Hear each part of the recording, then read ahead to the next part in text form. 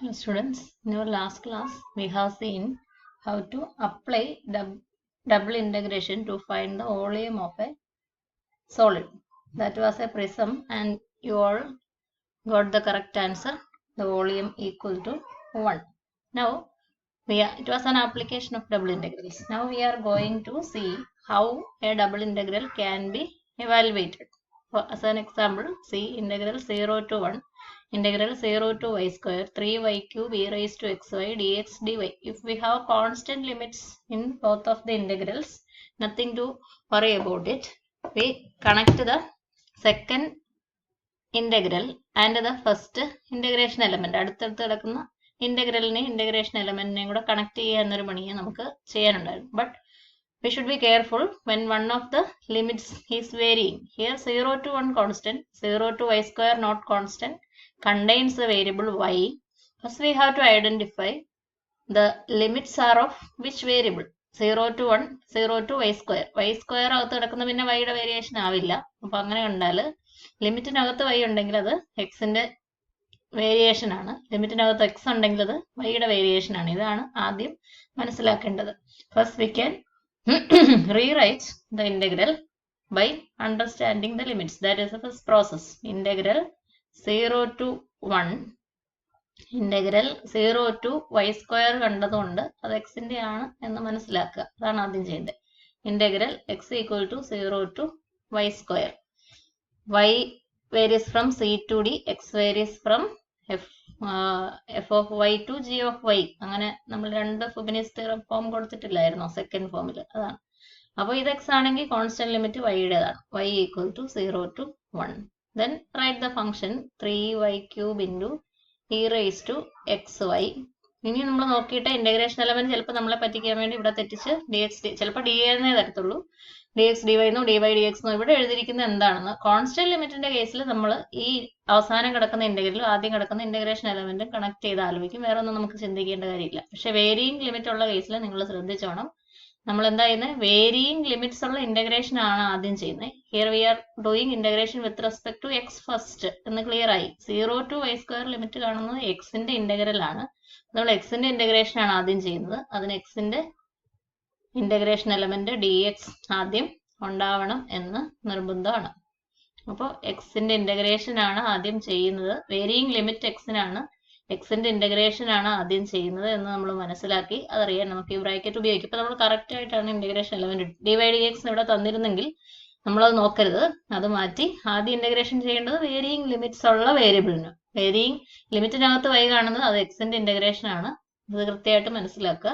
നമ്മൾ എക്സിന്റെ ഇന്റഗ്രേഷൻ ആദ്യം ചെയ്യും. അതിനുശേഷം നമുക്ക് ബുദ്ധിമുട്ടൊന്നുമില്ല. എക്സിന്റെ ഇന്റഗ്രേഷൻ ചെയ്യുമ്പോൾ നമ്മൾ y സബ്സ്റ്റിറ്റ്യൂട്ട് ചെയ്യും. പിന്നെ y മാത്രമേ നമ്മുടെ കയ്യിലുള്ളൂ, അതൊരു സിംഗിൾ ഇന്റഗ്രലിലേക്ക് പോകും. അപ്പൊ ആകെ ഡബിൾ ഇന്റഗ്രേഷനിൽ മനസ്സിലാക്കാനുള്ള ഒരു കാര്യം ഇത് മാത്രമേ ഉള്ളൂ. അപ്പോൾ നിങ്ങളത് ശ്രദ്ധിച്ച് ചെയ്യുക. അപ്പോൾ ലിമിറ്റ്സ് നോക്കിയിട്ട് ചിലപ്പോൾ ഇവിടെ x equal to y equal to എന്നൊക്കെ പറഞ്ഞ് ലിമിറ്റിൽ തന്നെ തന്നിട്ടുണ്ടാവും. അത് തരാത്ത കേസിൽ തരണോ നിർബന്ധമൊന്നുമില്ല, കൂടുതലും തരാത്ത കേസ് തന്നെയാണ്. അപ്പോൾ തരാത്ത കേസിൽ അണ്ടർസ്റ്റുഡ് ആണ്, വേരിയബിൾ ഉള്ളത് ആദ്യം ഇന്റഗ്രേഷൻ ചെയ്യണം. വേരിയബിൾ y കിടക്കുന്നെങ്കിൽ അത് എക്സിന്റെ ലിമിറ്റ് ആണ്. വേരിയബിൾ എക്സ് ലിമിറ്റിനകത്ത് അപ്പർ ബൗണ്ടിലോ ലോവർ ബൗണ്ടിലോ കിടക്കുന്നുണ്ടെങ്കിൽ അത് y യുടെ ലിമിറ്റ് ആണ്. Here we see y in the limits, therefore that is the limit of x. അത് എക്സിന്റെ ലിമിറ്റ് ആണ്. Varying limits is for x, we do integration with respect to x first. വേണമെങ്കിൽ ഇതിനെ എടുത്ത് മാറ്റി എഴുതിയിട്ടൊക്കെ ഇന്റഗ്രേറ്റ് ചെയ്യാം, അതിന്റെ ആവശ്യമുണ്ടെന്ന് തോന്നുന്നില്ല. നിങ്ങൾ പുറമെ ഇത് മെക്കാനിക്കലായിട്ട് എഴുതിപ്പോയി, ഇതിനെപ്പറ്റി ഇപ്പൊ ഒന്നും ആലോചിക്കണ്ട. Integral y equal to 0 to 1 എന്നുള്ളതിനെ പറ്റിയും dy എന്ന് കാണുന്നതിനെ പറ്റിയും ഒന്നും ആലോചിക്കണ്ട. നിങ്ങൾ അകത്ത് കിടക്കുന്നതിന് ഇന്റഗ്രേറ്റ് ചെയ്യാൻ പോകും. ഇന്റഗ്രേഷൻ ആർക്കാണ്? എക്സിനാണ് ഇന്റഗ്രേഷൻ. എക്സിന് ഇന്റഗ്രേറ്റ് ചെയ്യുമ്പോൾ y is treated as a constant. y treated as a constant. 3 constant എന്ന് പറയുന്നത് പോലെ തന്നെ നമ്മുടെ y ക്യൂബ് അപ്പോൾ കോൺസ്റ്റന്റ് ആണ്. ഇനി എന്നാ ചെയ്യണ്ടേ? e raised to xy നമുക്ക് ഇന്റഗ്രേറ്റ് ചെയ്യണം. e raised to xy integrate ചെയ്യുമ്പോൾ integration with respect to x, y എന്ന് പറയുന്ന ഒരു 5 കിടക്കുന്ന പോലെ ഉള്ളൂ. e raised to 5x ആയിരുന്നെങ്കിൽ നിങ്ങൾ എന്താ ഇന്റഗ്രൽ എഴുതുക? Integral e raised to 5x dx. ഞാനൊരു എക്സാമ്പിൾ പറഞ്ഞാണ്. അപ്പോൾ നിങ്ങൾ എഴുതുന്ന ആൻസർ എന്തായിരുന്നു? e raised to 5x divided by constant 5. അതേ ഉള്ളൂ ഇവിടെയും ചെയ്യുന്നുള്ളൂ. Integral e raised to xy dx ആണ് നമുക്ക് എഴുതേണ്ടത്. അത് എഴുതുമ്പോൾ e raised to എന്താണോ അത് തന്നെ എഴുതുക. എക്സിനാണ് ഇന്റഗ്രേഷൻ, y ഈ 5ന്റെ റോളാണ്. y is treated as a constant by y എന്ന് എഴുതുക. അപ്പോൾ 3y³ constant, e raised to xyയിൽ ഇന്റഗ്രേഷൻ നടത്തിയ e raised to xy divided by the constant y. Y is treated as a constant. And integration with respect to x is done. Limits of x equal to 0 to y square is given. Integration element dy പുറത്തുണ്ട്. dy വേണമെങ്കിൽ കുറച്ചുകൂടെ അടുപ്പിച്ച് എഴുതിയേക്കാം.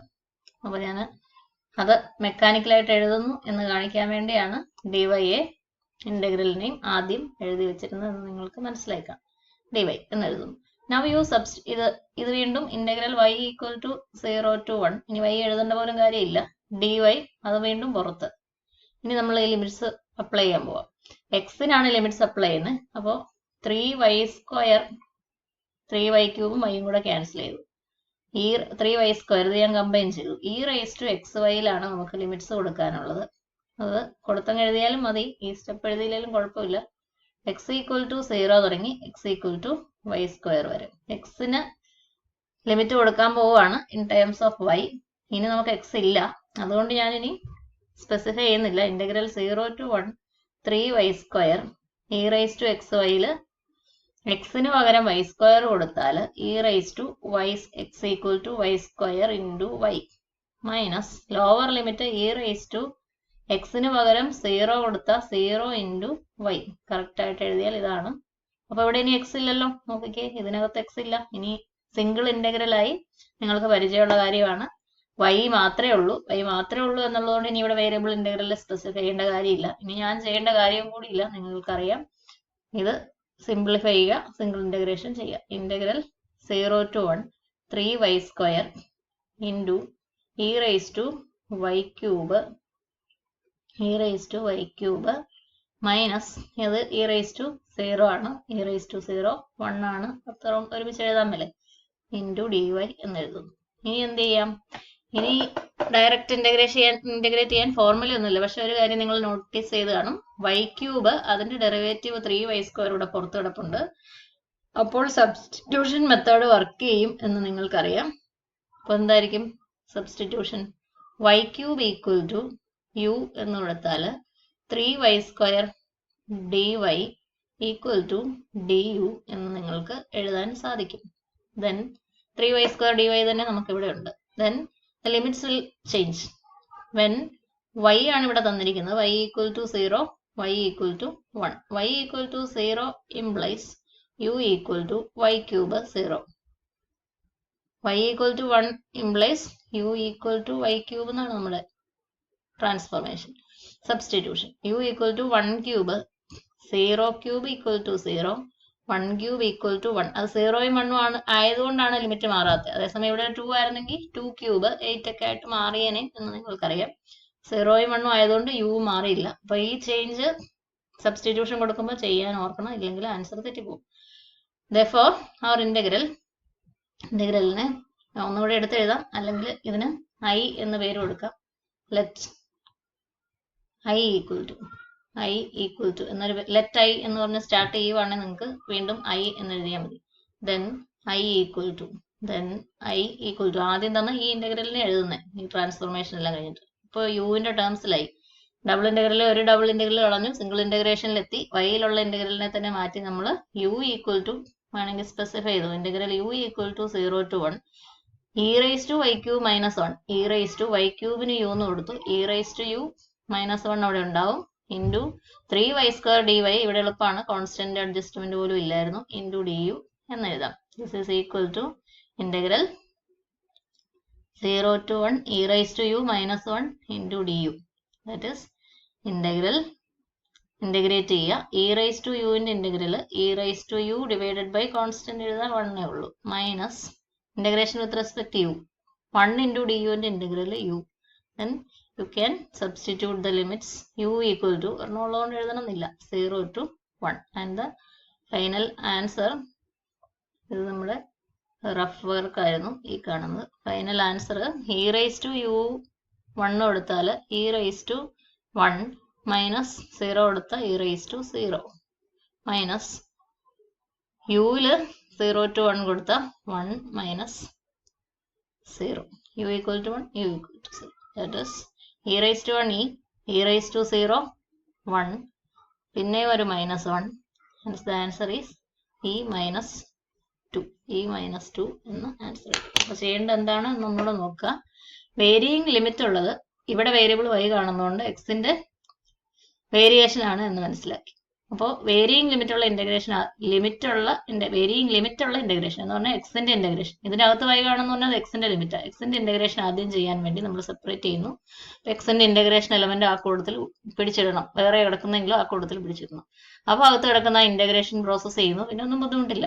Integration process ചെയ്യുന്നു, എക്സിന് limit കൊടുക്കുന്നു, X അതിൻ്റെ അകത്ത് അപ്രത്യക്ഷമാകുന്നു, പിന്നെ വൈയിലുള്ള സിംഗിൾ ഇൻ്റഗ്രൽ ആവും. സിംഗിൾ ഇൻ്റഗ്രേഷൻ്റെ പ്രോസസ്സേ ഉള്ളൂ. ഇവിടെ ഇത്തിരി കോംപ്ലിക്കേറ്റഡ് ആയത് അവിടെ സബ്സ്റ്റിറ്റ്യൂഷൻ ഒക്കെ ആവശ്യം വന്നുകൊണ്ടാണ്. അല്ലെങ്കിൽ ഇവിടെ നിന്ന് തന്നെ പെട്ടെന്ന് ഇൻ്റഗ്രേറ്റ് ചെയ്ത് ആൻസർ ചെയ്യാൻ സാധിക്കും. അപ്പോൾ ഇതാണ് ഡബിൾ ഇൻ്റഗ്രേഷൻ്റെ ലിമിറ്റ്സ് ഐഡന്റിഫൈ ചെയ്യുന്ന process. Now we can move to another question. Integral 0 to pi. Find the double integral. Evaluate the double integral. Okay, question. Integral 0 to pi. Integral 0 to x sin y dy dx. Then this is equal to integral. ആദ്യം നമ്മൾ limits identify ചെയ്യണം. ആരുടെയാണ്? 0 to x. x കാണുന്നപ്പോൾ ആരുടെ ആയിരിക്കും? y യുടെ ആയിരിക്കും. y equal to 0 to x. Then x varies from 0 to pi. Here x has constant limit, pi has varying limit. Write the integrand x sin y. ഇനി എന്താ വേണ്ടേ? വൈക്കാണ് varying limit. ആദ്യം integration ചെയ്യുന്നത് വൈക്ക് തന്നെയാണ്. അപ്പോൾ ഇവിടെ കറക്റ്റ് ആയിട്ടാണ് തന്നിരിക്കുന്നത്. എപ്പോഴും തരണമെന്നില്ല, ചിലപ്പോൾ തെറ്റല്ല, മാറ്റി എഴുതി തരാം. അപ്പം നിങ്ങളത് ശ്രദ്ധിച്ചോളൂ. അപ്പോൾ വൈക്ക് ആദ്യം integration, then integration with respect to x. Then integral x varies from 0 to pi. Integrate x sine y with respect to y. X is treated as a constant. Sine വൈയുടെ ഇൻ്റഗ്രൽ മൈനസ് കോസ് വൈ എന്ന് എഴുതുക. ഇത് എഴുതുമ്പോൾ ഇങ്ങനെ എഴുതി വെച്ചാൽ നിങ്ങൾ എക്സിൽ നിന്ന് കോസ് വൈ സബ്ട്രാക്ട് ചെയ്യുന്നതായിട്ട് കരുതും. അതുകൊണ്ട് ഉറപ്പായിട്ടും ബ്രാക്കറ്റ്സ് ഉപയോഗിക്കുക. ദെൻ ലിമിറ്റ്സ് ഫ്രം, ഈ ഇൻ്റഗ്രേഷൻ നടന്നു, limit y equal to 0 to y equal to x. Then integrate with respect to x. ഇനിയിപ്പോൾ നമ്മൾ ലിമിറ്റ് കൊടുക്കാൻ പോവുകയാണ്. y ഇതിൽ നിന്ന് പോകും, വൈക്ക് പകരം കൂടെ എക്സ് വരും. ഇനി രണ്ട് വേരിയബിളും സ്പെസിഫൈ ചെയ്യണമെന്നില്ല. ഇൻ്റഗ്രൽ 0 to pi എന്ന് എഴുതിയാൽ മതി.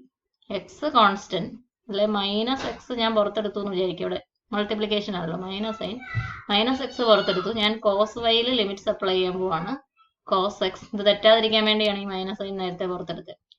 അല്ല, ഇനി ഒന്നുകൂടെ ഇങ്ങനെ എഴുതിക്കോ, കോസ് വൈയിൽ ലിമിറ്റ്സ് അപ്ലൈ ചെയ്യുക എന്നറിയാൻ. Cos y from y equal to 0 to x. Minus x പുറത്തെടുത്തിട്ട് അത് പ്രോഡക്റ്റ് ആണ്. എക്സിന്റെ മൈനസ് കോസ് വൈയുടെയും പ്രോഡക്റ്റ് ആണ്. അതുകൊണ്ട് അത് പുറത്തെടുത്തിട്ടു. അപ്പോൾ പുറത്തത് x equal to 0 to y ആണ് എന്ന് വേണമെങ്കിൽ സ്പെസിഫൈ ചെയ്യാം. ഇൻ്റഗ്രൽ ഇനി y പോവുകയാണ്, 0 to pi എന്ന് എഴുതിയാൽ മതി. മൈനസ് എക്സ് ഇൻറ്റു കോസ് വൈയിൽ ലിമിറ്റ്സ് കൊടുക്കുക. അപ്പർ ലിമിറ്റ് എക്സ് കൊടുത്താൽ cos x, minus lower limit 0 കൊടുത്താൽ cos 0. But you know that cos 0 equal to 1. അപ്പോൾ കോസ് 0 1 എന്നുള്ളതും കൂടി അപ്ലൈ ചെയ്യാം. Integral 0 to pi minus x into cos x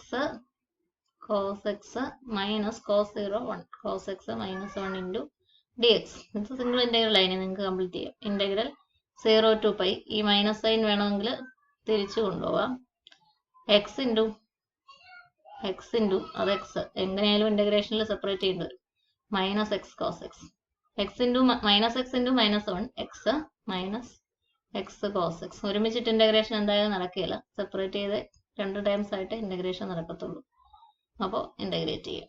this is equal to single integral line നിങ്ങൾക്ക് integrate ചെയ്യാം. ഇതിനെ വേണമെങ്കിൽ രണ്ടായിട്ടങ്ങ് കാണാം. Integral 0 to pi x d x minus integral 0 to pi x cos X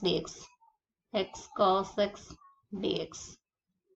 equation 1 എന്ന് വിളിക്കുന്നതായിരിക്കും നല്ലത്. Integral 0 to pi x d x അത് നിങ്ങൾക്കറിയാം. Integral 0 to equal to i1 plus i2, i1 equal to integral 0 to pi x d x. Value എഴുതി കണ്ടുപിടിക്കാം. Equal to എക്സിൻ്റെ integral x²/2 from 0 to pi. അത് π²/2 minus 0 ആണ്, π²/2 എന്ന് കിട്ടും. And i2 equal to i1 minus i2 എന്ന് എഴുതിയേക്കാം അല്ലെ. Minus ഇൻ്റഗ്രലിനെ minus സൈനാണ് നടക്കുകയാണ്.